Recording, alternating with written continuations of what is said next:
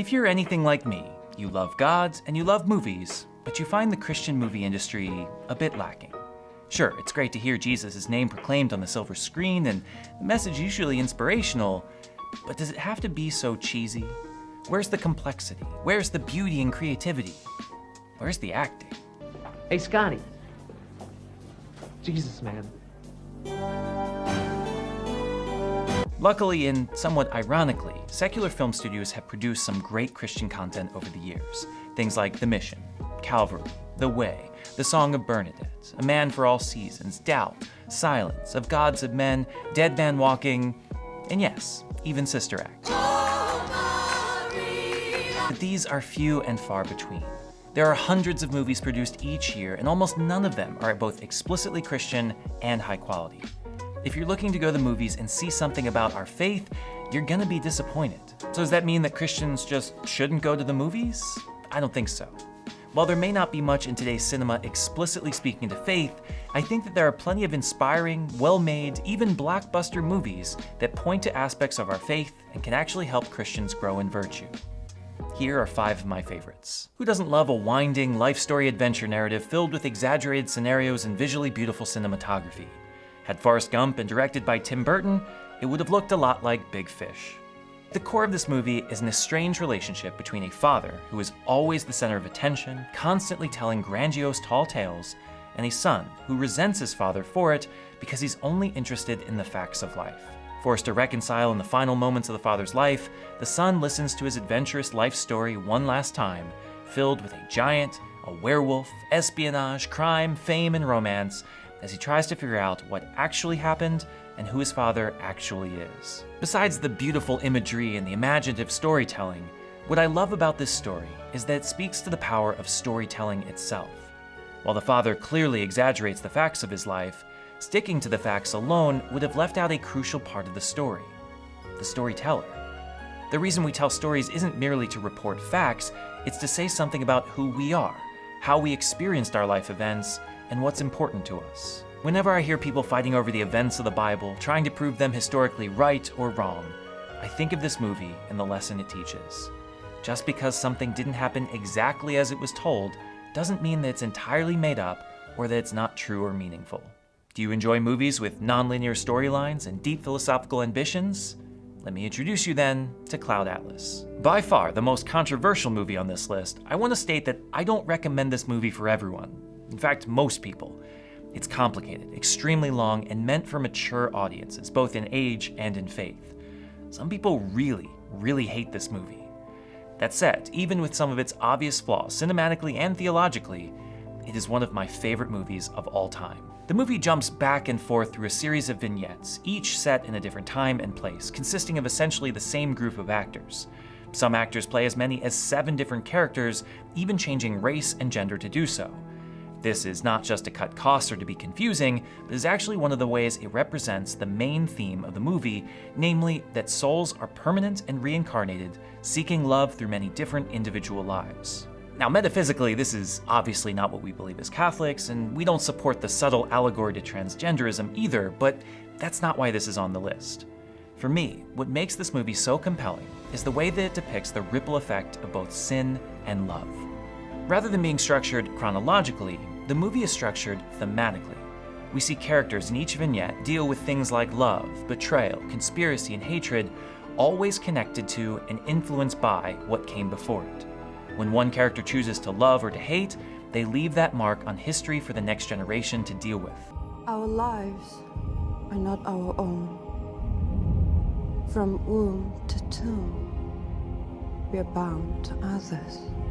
And by each crime and every kindness, we birth our future. There's a beautiful sense of interconnectedness in this movie. Rather than perpetuating the silly idea that we are entirely free and independent to do whatever we like, that we are agents of our own destiny, each character is shown to exist in a world that was not created by them and will shape it for a generation that they will never meet. Cinematically, it is one of the most creative and visually stimulating movies I have ever seen, and has some of the most triumphant, hopeful music you will ever hear. As I say, it's not for everyone, and there are some major flaws, but it makes a compelling argument for the power of love and beauty. Superhero movies have taken over theaters for the past 2 decades, and there is no shortage of virtue, inspiration, and even explicit Christological references in a lot of them. I could just as easily talk about Zack Snyder's Man of Steel, Christopher Nolan's Batman trilogy, even Tobey Maguire's Spider-Man 2. But I'm gonna go a little less conventional and talk about the 2017's Wonder Woman.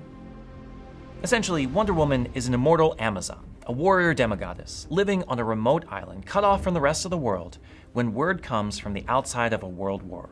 Believing that Ares, the evil god of war, is behind it, she leaves the island to help humanity in their struggle and defeat her mortal enemy. Cue the epic battle scenes, amazing stunts, and quippy dialogue. What I love about this movie is twofold.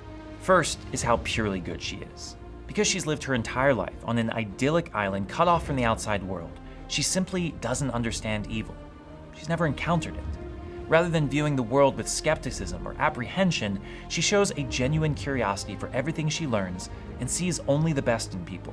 Some try to say that she's a bit naive or even weak, that you need to understand evil to defeat evil, but I'm not so sure. Sometimes encountering evil, expecting evil, it makes you pessimistic, cynical, and even hopeless. I've seen enough grizzled, scarred heroes that look down on the world. I want a hero that is pure, filled with optimism, and so immersed in goodness that evil seems foreign and unfathomable. This ultimately leads to the second point, which is her view of humanity from the perspective of a god. In the final showdown, Ares tries to convince her that humanity is evil and thus worthless, causing nothing but harm. This is why he was jealous of them, why he tried to destroy them. But she disagrees. They're everything you say, but so much more. They do not deserve your protection! It's not about deserve, it's about what you believe. Admittedly, I wish it were fleshed out a bit more, but I think it's a great starting point for our humanity. We are capable of evil, but that is not what defines us, and God loves us not because of who we are and what we deserve, but because of who God is. Also, in case it wasn't clear, she's supposed to be a Christ figure fighting the devil. This is how she delivers the final blow. A little bit heavy-handed, but come on, that fight scene was pretty epic. Purgatory is a difficult concept to explain to people, much less make it into an interesting movie, but that's precisely what I see when I watch the brilliance of Harold Ramis's Groundhog Day. Open with Bill Murray, an arrogant weatherman who thinks he's better than everyone around him, forced to report on the annual Groundhog's Day festival in Puxatawny. Seeing it as beneath him, he doesn't take it seriously and insults his co-workers in the process. Unable to get out of the town because of a freak snowstorm that he predicted incorrectly, he's forced to return to his hotel for what he thought would be just one more agonizing day, only to find that the next day doesn't come. He wakes up, and it's still Groundhog's Day. Everything he did and experienced the day before happens again in exactly the same way as before.